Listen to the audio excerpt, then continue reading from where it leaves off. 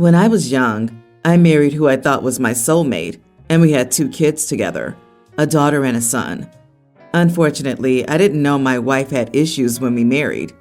She hid it exceptionally well until a few years in. I began noticing patterns and eventually confronted her. We split when the oldest was a toddler, and she signed over custody.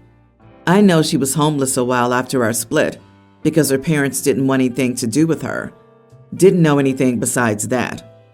She contacted me about a year back and told me she was 3 years sober and had a stable job and a home. I checked with her family and everything, and she was telling the truth. She really wanted to meet her kids, and while I was a little upset at the her kids line, I eventually decided it wasn't my decision to make and left it up to the kids, now teens. They decided they wanted to meet her, and that was that. They've been hanging out with her about twice a week, and I let her come over for dinner almost every night. No sleepovers at her place as of now. So far, they've kind of had an auntish relationship with her, but they do seem to be enjoying it. Which brings me to our conflict. I am far from a great dad, but I honestly believe I'm a good one. I've built trust with my kids through therapy and heart-to-heart conversations over the years. They're fairly popular at their school, and they recently got invited to a party that I gave them the go-ahead to go. I've spoken to them about the dangers of alcohol, etc., and they know I'm always available to pick them up in a situation they don't want to be in. They also understand why their mother and I split up. My kids came home around 11 p.m. and just gave me the teen type of rundown, like who was there, they couldn't believe who did what, blah, blah, blah. They were also honest with me and told me they tried Jell-O shots, which they thought were gross. That was the end of that. They weren't intoxicated. They weren't even buzzed. They tried a drink and that was that. They were there for 2 hours and came home. Well, I guess they brought up the party in front of their mother at the following breakfast meetup. She was livid. She tried to ground them from electronics and socializing for 2 weeks. They said it was really awkward and asked me to pick them up without much of the details. While they were waiting in the car, I spoke to her, and when she told me, I honestly laughed. I asked her what gave her the right. She responded that she really wanted to be a mother to her kids, and that I should give her a chance to parent, and that she's giving 100% to this to make it work. I told her it was too late for that. The kids are basically adults, have part-time jobs, pay for their phone bills, clothes by choice, and they're deep into their plans for adulthood. She then told me I was robbing her of a chance to make things right and asked what was the point of letting her into their lives if I wasn't letting her be a mom. We needed to be a team because she needed my support. And here's where I might be the idiot. I told her the kids were well past that age of asking me why mommy doesn't love them when crawling into my bed at night, and that she was welcome to leave again. And as far as being a team, the only team is me and my kids. I'm their parent. They listen to me and respect me because I've listened to and respected them their whole lives. We've not spoken since then, going on a week and a half. She still texted the kids good morning and good night messages, but has skipped 2 meetups they usually have. So am I the idiot? Not the idiot. Even if you weren't the perfect parent, you were there. She missed their childhoods. Sadly, they no longer need a mother. There's nothing you can do to change that part. Think of it this way. This was the equivalent of your neighbor trying to ground them for something. Kids grow out of needing parenting, just the reality of the situation. It's unfortunate, but time and kids do not wait. The ship has sailed. She may have had some affectionate relationship with them, but she will never be able to discipline them according to her values. She's expecting credit for running a marathon, having turned up at the 22nd mile. She built this up. She had a fantasy in her head, and you've shown a spotlight on the cracks. You're the victim of misplaced feelings. Agreed. She needs to know her place. It's great that she got clean, but she missed out on their entire childhood. She now needs to accept she won't have that mother-kid relationship with them like she wants.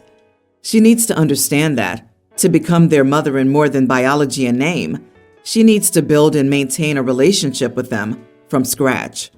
That means things like discipline are not her purview. Their relationship is still in the infant stage. I, 31 female, have had my cat, Sally, since I was 18. I found her as a kitten outside my college dorm. We've been together since. I also have a daughter, pre-tween, who loves Sally too. I met her father through Sally. He worked at the pet store when I first got her. I never owned a cat before, so I ended up asking a lot of questions. He gave me his number and the rest was history. We were engaged and planned to get married after my daughter was born. He died in a crash when I was 7 months pregnant. It was the darkest period of my life. Without Sally, I don't think I'd still be alive today. The problem is my current boyfriend. I had no desire to date for a long time after my fiance's death. I was devoted to my daughter and cat. Then around a year and a half ago, I met Jeff, 34 male, at a party. We started chatting and had a lot in common. I explained my past to him and told him my daughter was my priority. He said he understood because he's a dad to a boy with his ex. On our first date, I showed him a picture of my daughter holding my cat and told him all about Sally. He just said that she was very cute. We began to get serious. I could see a future with him. 2 months ago, we met each other's kids at the park. We all got along great, so I was happy. Then he stayed the night at my house for the first time a couple of weeks ago. He had never been inside my house for more than 30 seconds. My daughter was gone for the weekend, and his son was with his ex. He suggested that we have a relaxing weekend to ourselves, and he came to my house. Within half an hour of him being here, he was sick. His face was red and leaky. He had a nasty rash and some trouble breathing. He then told me he's been severely allergic to cats since childhood. We left to go to his house. I asked why he hadn't told me about his allergy before. He said he hadn't been around cats for a while and hoped his allergy had faded over the years. He said he'd still like to stay at my house sometime, and I questioned how we'd do that with Sally. Immediately, he said, "Just have your mom take it or drop it off at a shelter." I told him that I would never get rid of Sally. He was hurt that I'd choose just some cat over his comfort in my home. Plus, my mom loves Sally, so I'd still be able to see her if she stayed at her house. The argument escalated. He was mad and made a weird comment about how I keep my cat only because of my dead fiance, that I'm having an emotional affair with some dead guy. He said Sally's old and will die soon anyway, so it doesn't matter. She's still very healthy. He'd been so kind and understanding before. I was caught off guard and hurt. I broke up with him. My mom got upset about how I'd ruin everything. She's wanted me to find a new boyfriend since my fiance's death. My friends have been saying I shouldn't have ended things over this and made a compromise with him. The negative feedback has made me wonder if I was too harsh. Am I the idiot? Not the idiot. Someone who's okay with just dropping a pet that person has had for over a decade at a shelter so callously shows the side of a person I wouldn't be interested in dating, especially not the way he automatically went to an emotional affair so quickly. It makes me think he may also have problems with a man's child down the road as well. Also, OP, you should have had a conversation with your mom. Jeff showed some red flags, and the fact that your mom's okay with it just so you have a man is concerning. And like it's her daughter's pet too. He has a kid, yet he can't see how horrifying it is to suggest dropping off a beloved child's pet at the shelter. If I was in OP's friend circle, I'd be writing at dawn. I can't believe she has friends who think she overreacted. If anything, she underreacted. I'd be trying to figure out how to get cat hair in his car. I like you. You're my kind of petty. He said just have your mom take it or drop it off at the shelter? Eat crap, sir. I don't know why your mom and friends think a guy who would want you to get rid of your cat for him is worth even a second of your time. The lack of empathy in that sentence alone is enough to run for the hills. It's not just about the cat. It's about how he doesn't see it as a living being. My 42 male, wife's 40 family is Mexican, and they follow a tradition of holding a big party for girls who are turning 15. It's called a quinceañera. This wasn't a part of my culture, and I never understood the point of spending so much money on a party anyway. But we did save up for a while to throw my daughter one, until my daughter herself said a few months ago that she doesn't want a party and would prefer to spend that money on a trip. It'll be a 30-day supervised tour to Europe with a group of teenagers, including some school friends. Here's the thing. My daughter has a twin brother. Of course, my son wouldn't get a quinceañera, even though they celebrate their birthday on the same day, because the party is just for girls. But since the party turned into a birthday trip, he's upset and feeling left out.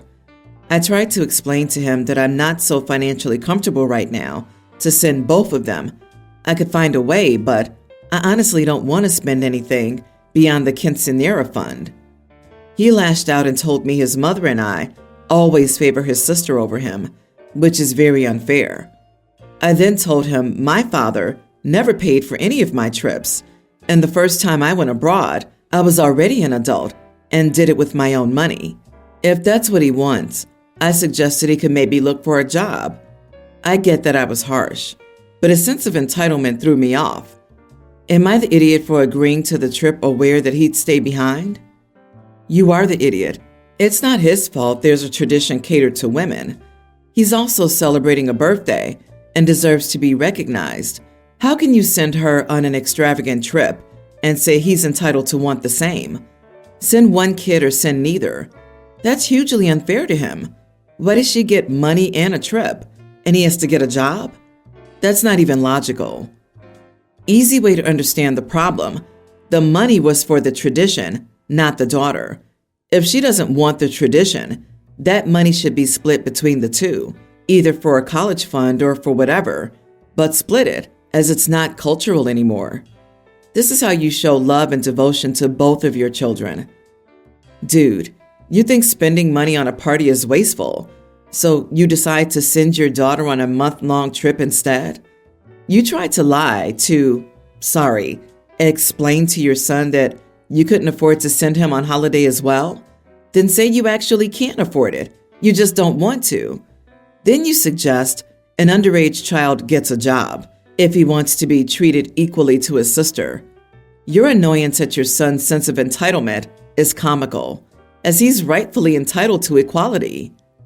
Despite all this, you think his assertion that you favor his sister is unfair when your whole story details how you favor his sister. Are you doing anything special for your son's birthday at all? At least just the one day when it's his actual birthday? Not the 364 days your daughter's getting. If your favoritism is this obvious to strangers, I feel really bad for your son. My boyfriend, 28, and I, 27 female, have been dating for 3 years. I'm a physical therapist and he's in residency for internal med, which will last 4 to 6 years, depending on what he wants to specialize in. We met in college while he was in med school and I was in the PT graduate program. He's in year 1 and his salary is barely enough to cover the rent.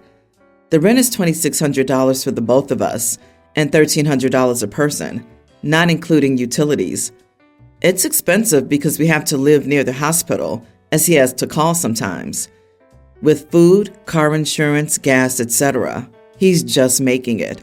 And with interest rates on his student loans, he doesn't want to take more out to live. I make over double what he does, and he wants me to cover most of the rent. But I feel hesitant because he says he doesn't want to get married until he's done residency and becomes a fully qualified doctor. We've been dating for 3 years and living together for over 2, and I feel like waiting 3 to 5 more years to get married is way too long. He says it's because he can't marry me with so many loans, but I have a lot of loans as well. Not as much as him, but it's not like we both don't have a lot of student loan debt. I also just started making this much money and have been putting in lump sums to pay off my student loans. I just feel like if he's going to wait so long, he probably isn't sure about this relationship. And I don't want to pay into a relationship he doesn't feel confident enough about to go further in. I told him I don't want to pay more towards rent until marriage, and he's accusing me of pushing him before he's ready. I've dropped the topic of marriage, but he keeps pushing for me to cover more rent, saying if I'm not willing, how can he consider the relationship serious enough for marriage? We also want kids, and I don't want them out of wedlock. So in 3 to 5 years, I'll be 30 to 32 before we even try for a child. I'm not saying we'll have one now, it's too early, but I'm not sure this timeline works for me, especially since we've been dating for 3 years.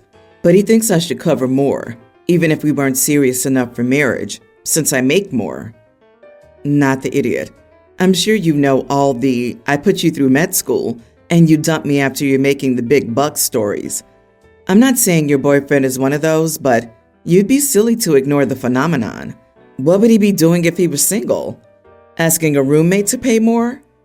He would only ask a girlfriend. He obviously needs you to subsidize his life, but won't give you any security in return. His job requires living in a high-rent area, so he's close enough for on-call, but he wants you to subsidize his convenience, yet doesn't want to talk about marriage after being together this long. If money's the problem, most folks would look for something cheaper, but apparently only he gets to be cheap. There are many stories about people who helped their partner during studies, residency, or internship, just to be abandoned when their partners no longer needed their help. This is a popular scheme. You have the right to protect yourself. Can't marry you because I have loans is a bizarre notion. What, will those loans disappear once he becomes a fully licensed doctor? No, he'll have them for years and years. Honey, he won't marry you because he's already reaping the rewards, meaning he has no more benefits to gain with marriage. Cut your losses and move on. My wife, Danielle, 33, has a job that requires her to go into the office every day. I, 42, work from my home office. We have 2 little children. We had a nanny, Esme, who we hired after we moved to this city for my wife's job. We do not have family in this city. Esme's been with us since we got here 6 months ago. She was excellent at her job and a pleasant person in general. Danielle got it into her head that Esme would try and get me away from her. She fired her. It was a ridiculous assertion. I love my wife, but she insisted. She then proceeded to kibosh any nanny that the agency sent, even the male one, because she thought it was weird to have a male nanny. She wants me to watch the kids since I'm home anyway. I said that no way that was happening. I bring home 65% of our income. I cannot watch the kids and work. I've dealt with this temporarily by inviting my parents to stay with us so they can watch the kids. Danielle hates this. She likes my folks, but doesn't like having them here 100% of the time. However, neither her mom nor dad are able to help. I told her that if she wanted my parents to go home, she either had to replace our nanny or stay home to watch the kids. She says I'm an idiot for devaluing her work and expecting her to watch the kids because she's the woman. I'm not. She created this situation, and it's her responsibility to deal with it. Edit. We're on a waiting list for daycare. It can be a year or more. Not the idiot. She's absurd. Her jealousy and insecurities created this problem. It's fine if she doesn't want to stay at home, but she can't expect you to somehow both work and parent 2 children simultaneously because she doesn't like either your parents or any nanny. OP, you know that the nanny isn't the issue. There isn't productive communication before large decisions, and you solved it. But she doesn't like this either. Therapy? A vacation? I don't know. But if you don't start making decisions as a team, and she doesn't figure out what's making her so insecure that she can't have a nanny, male or female, then this will only get worse. Did she cheat? Did you? Is there a reason for this? If not, this is probably a pattern of behavior, and you need to get to the root of it together. People can be that insecure.